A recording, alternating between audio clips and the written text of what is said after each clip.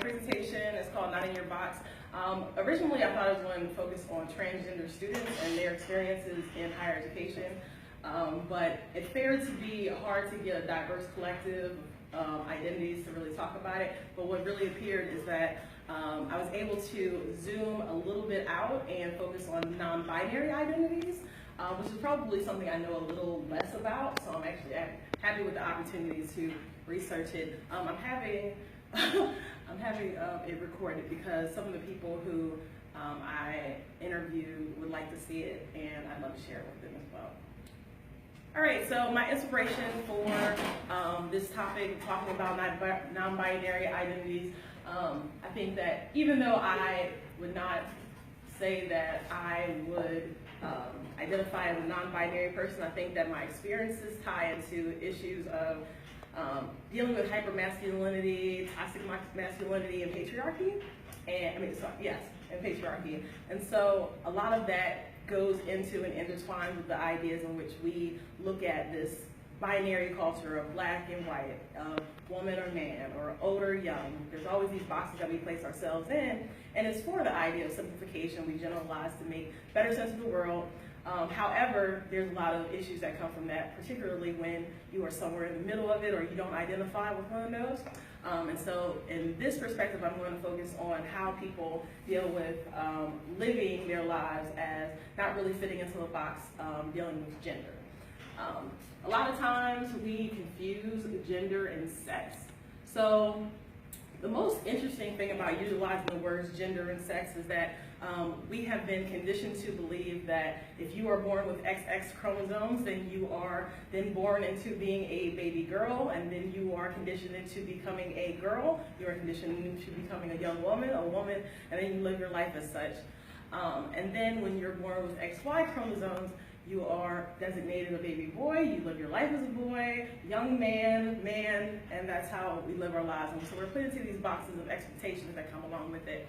My argument, and I'm working on this as a research project, is that we are put into these boxes to establish a set of normatives in which someone is a dominant and someone is submissive. And so within all these different binary categories, there is a submissive role and there is a dominant role. And then we stack these up with these facets of our identity to place ourselves along a hierarchy in which if you have these characteristics, then you are going to be given a certain level of benefits, as I like to call it, the privilege club. And then if you have less of these privileges, then you are placed into a status of oppression. But we all have some type of privilege, and that does play into this. All right, so when we think of boys, we think of, putting Legos into their hand. We think about dreams of being baseball players. We're fine with them playing video games and sports. And if they want to become firemen or lawyers when they grow up, well, have at it. When we talk about girls, it tends to be a little bit more limiting. So they're going to play with dolls. It would be weird for a girl to get Legos or Connects, even though those are super cool games to play with. A teacher, even now being a doctoral student, people say, oh, so you're getting your doctorate, you just want to become a principal, right? Like, actually, I want to become a university president. It's like, whoa, like, that's different. So just even the expectations that we have as women that we're conditioned to be into is to have that convenience of being able to be in the home, to raise kids. So our job has to be something that's a helping role. We really can't figure that a woman would want to be in a corporate role or a role in providing leadership. And so there are benefits to that, but there are also a lot of setbacks. So the idea of, for a privileged class, like being a man, you cannot cry. You are a fighter. You are not somebody who talks things out. You're not supposed to be a peacekeeper. You're supposed to be a rational person. You're not supposed to be emotional. And when you are emotional, you're supposed to be angry, as if angry is not an emotion. So, and then on the flip side, you can read, we never say sit like a young man. We never say searching for Princess Charming. There are things in which we always kind of follow these lines in which we set expectations for your genitals, essentially. I actually have, I have to go back and get my phone, but I have a long quote from one of these people I spoke to. That really speaks to that. So my research involved seeing a slew and talking to a slew of people. For the most part, I focused on a movie called Boys Don't Cry. Not sure if you've seen it. It came out like a decade ago. And let's see, it focuses on a trans man who is in a relationship with a young woman who is from a very conservative family, and going through the process of establishing their relationship, having sexual relations within that relationship, as well as dealing with a family that is very suspicious of this person's identity. Last Time I Wore a Dress is very similar. It's about a woman who is coming through age and is actually being harassed not only by her family but by institutions. So her family says that she's too much of a tomboy, and so she draws back, and she is actually put into a mental hospital in which she grows up in. She's constantly harassed, and we'll talk a little bit about that later. I'm going to read an excerpt of hers. Actually, you're going to read an excerpt of hers, but I don't want to talk about it. And then another one is called, forgive the D, I thought I took it out. It's called And a Typical Chick. It's written by Ronnie Dam, who is a woman who, she's from Newcastle, Pennsylvania. She has done community theater for the past 25 or so years, and she identifies as a woman. She uses her pronouns, but she also identifies as non-binary in the sense that she presents herself as masculine. She is married to a male-born man, but there's still these personality traits and identities and thoughts that a lot of people would deem to be more masculine than feminine. Anna Jones, I've changed a lot of names, is a friend of mine who is 23 years old. She is a trans woman, black trans woman living in Ohio. She speaks out about everything. So I'm going to read an excerpt of her Facebook post, which she's given me permission to do so. Another woman I spoke to was named Kay Waters, not her real name. She has a daughter who is a trans woman, 19 years old, going through college, and they live in Illinois.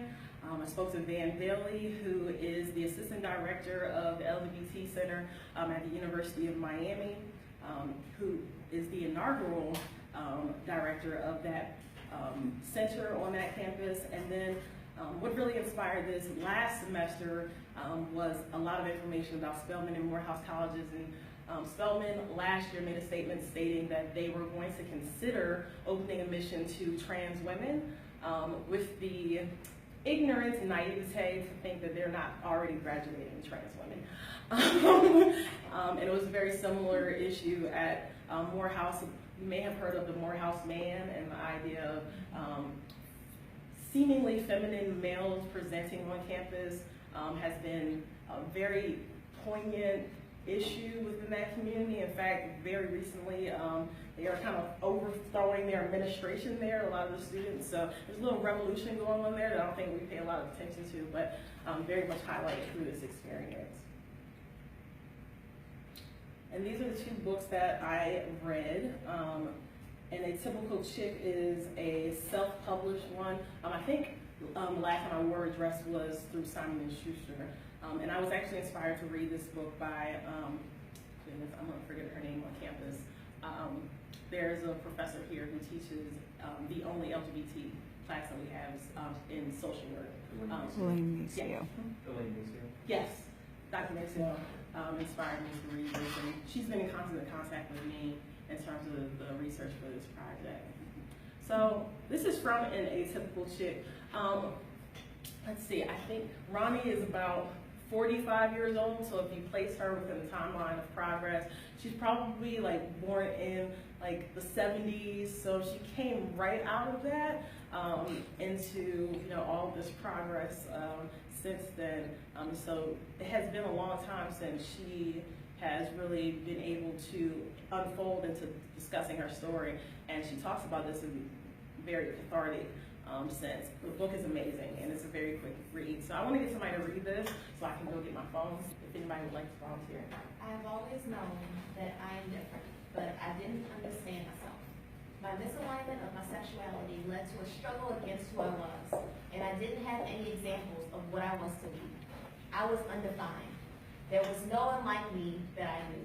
So all I knew was that I didn't fit in. Okay, so throughout her entire book, it's just a lot of hilarious situations in which she's talking about. She also identifies as child-free, so she's someone who has dedicated her life to not reproducing. She cites economic reasons, opportunity reasons, environmental reasons for not reproducing.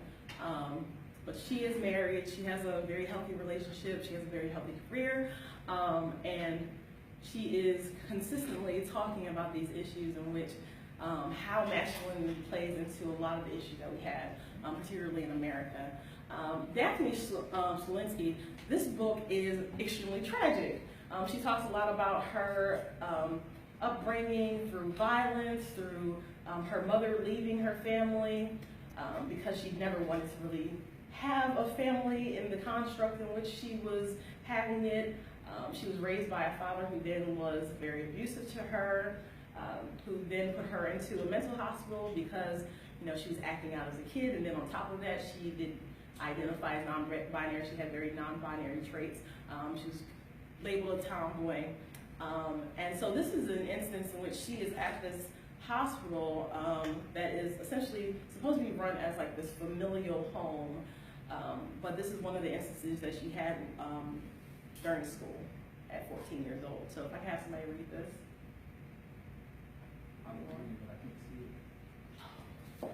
Sorry. All right, I'll read it.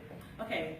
Michelle said that Daphne looked like, Michelle said, what would Daphne look like in makeup? The idea struck Linda and Barbara as funny. Linda pushed me down, ha-haing as if it were a big joke. Barbara sat on my stomach. She held my wrists over my head. They were girls, I couldn't punch them. Look at Daphne in makeup. All of them ha-haing like crazy. And Barbara took her hands off my arms, and I wiggled free and ran off.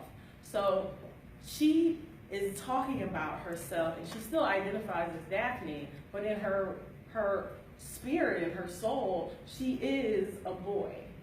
And so all of the rules in which she's absorbed through, and she does have a younger brother, all the ideas and this conditioning that she has heard given to her brother, she's internalized it because she has been misgendered. And when I talk about gender and sex, I'm talking about at birth, you have XY or XX chromosomes, and there's actually intersex, and I'm not going to go into detail about that.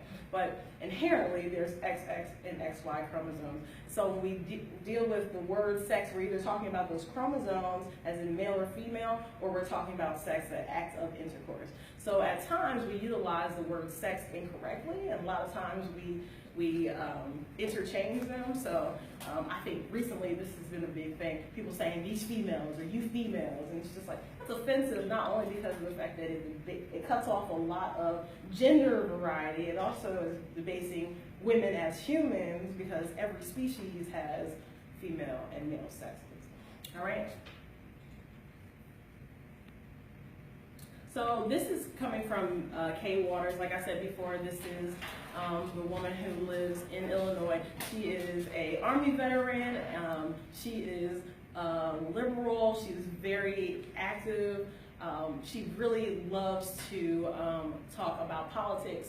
But her previously deemed son was going through this process of really trying to identify who she was, and it's always been there. She always goes back to, I knew that this was there, I just didn't know what to make of it. So this is a parental perspective of living and growing into loving your trans family member, loving your trans kid.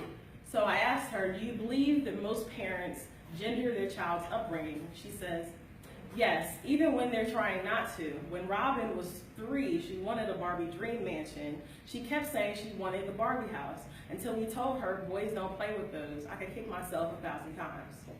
And so there's a lot in the middle of that she talks about. She talks about like, oh, well, we kind of got our house, but it was more like a castle, sort of. It was like gray, it wasn't as colorful and whatnot, and she played with it, but she never really got what she wanted. It was because they kept on trying to fit her back into these gender roles, these expectations that she really was trying to break out of, even that young.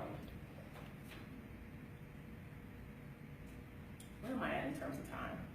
You have about a minute. Okay. And then this is Van Bailey. And the interesting thing about Van, I had the longest conversation with him today about some of his experiences. He is a member of Sigma Gamma Rho Sorority Incorporated. So I am a member of Sigma Gamma Rho Sorority Incorporated.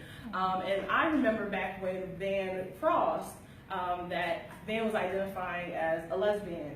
And then going through the process of really coming into oneself. I don't call it coming out, it's coming into oneself. He transitioned and now identifies as who he is. And I celebrate that. But he also told me a lot about the experiences that he faced as being a person within, number one, the Black community, and then within the Greek community, of kind of trying to be pushed out of identifying with the organization. Now he's also a part of, it's called Alpha Omega Kappa, which is a Black fraternity for for gay men. And he was telling me about the experiences of transitioning out of that identity as being a part of this organization, not because he didn't want to be active in it, but because of the pushback of identifying it. And as we know, Greek organizations tend to be exclusive. However, what do you do when someone has already come in legitimately and then they are, through this process of knowing themselves, transitioning to changing their perceived identity from being a woman to being a man? All right, so it's a lot more complicated than that, and I hope that if you're interested, then I'll get some questions, and I'm going to try to leave a little bit of time for that. But in terms of HRD and education, what I want to focus on is some of the things that I took away from the conversation with Kay, who was the parent. Her daughter is really dealing with, just dealt with the fight of changing her name legally within Illinois. This was the second time that she attempted to do so, and because of the snowfall effect, the institution in which she goes to will not allow for her to change any of her identification. So that means that her card has her old name on it. It means that when she goes to classes, she has to run up to the front of the class and say, hey, don't identify me like this, I go by this. And for most people, that's okay because you say, hey, my name is Megan, I go by Molly. But for some strange reason, it's different when you say, hey, my name is Kyle, I go by Robin, or I go by Ashley.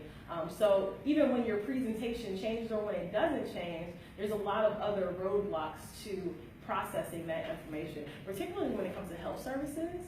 If you're sitting in a hospital or you're sitting in a clinic on campus and somebody misgenders you, that's a violent act. You've already gone through the process of trying to come into your own on this campus and building your identity there. And for somebody to be able to shatter it immediately is a violent act. It is an act of really taking someone's self-identification, their self-determination away from them. So what my suggestions were, and I didn't want to go into a lot of detail of slew, you can think of some of the ways in which we can really help that process and just really changing the way in which we do our forms and our applications, right? But also customized training on diversity. So what I would suggest is that we do some type of testing while we're going through the onboarding process to figure out what people's biases are. In that way, particularly within higher education, even if they're not specializing in a role in which they would be doing counseling for, we should consider all of our employees counselors. So putting that out there in the beginning, figuring out, where are you from? How might that impact the way you see things? Even down to, did you grow up in a military household like I did? Very conservative people. Like, how do all these things play into who we are and our belief systems? I had an experience a couple of weeks ago now, where someone who did identify as LGBT also misgendered someone within the LGBT community. So even within the community, there are issues of oppression and discrimination. And I'll take questions. I think it's interesting referring to the band. I never thought about that whole perspective from like the Greek, like the D9 perspective. And I'm sure he's not the first one to Definitely not. There's actually, if you get on YouTube, there's a video of someone who went to a graduate of Morehouse and a graduate of, may have been Spelman. I think there was a graduate of Morehouse and Spelman who both identify as trans, who came into those organizations before they transitioned. And they're talking about the issues within not just being in that organization, but being in institutions that are inherently sex-based institutions, but they're gender-based institutions. They don't know how many people they've already graduated who are trans. This reminds me, so I have a lot to learn in the area of gender and understanding, and it has come up several times advising doctoral students who want to look at a research project and do it according to binary gender classifications, and do it in a way where they are making the determination.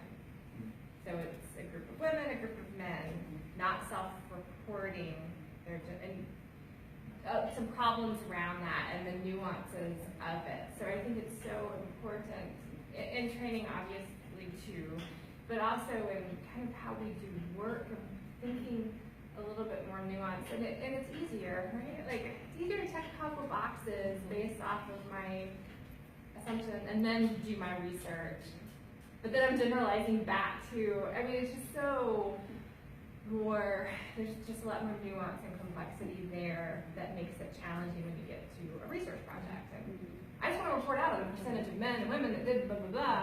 Like, wait a second, like, how are you determining? I'm just gonna, check a box. No, like, there's still a lot more to it. And so I think there's implications to there that I'm still I'm advising somebody right now, like, I'm like, we gotta think more about this. Like, I know what your goal is, but how we get there, it matters. That process. I agree with you completely. I think your question, I'm sorry, I think your question that you asked of the parent was spot on, right? I guess I think that we influence that not even knowing that we're influencing.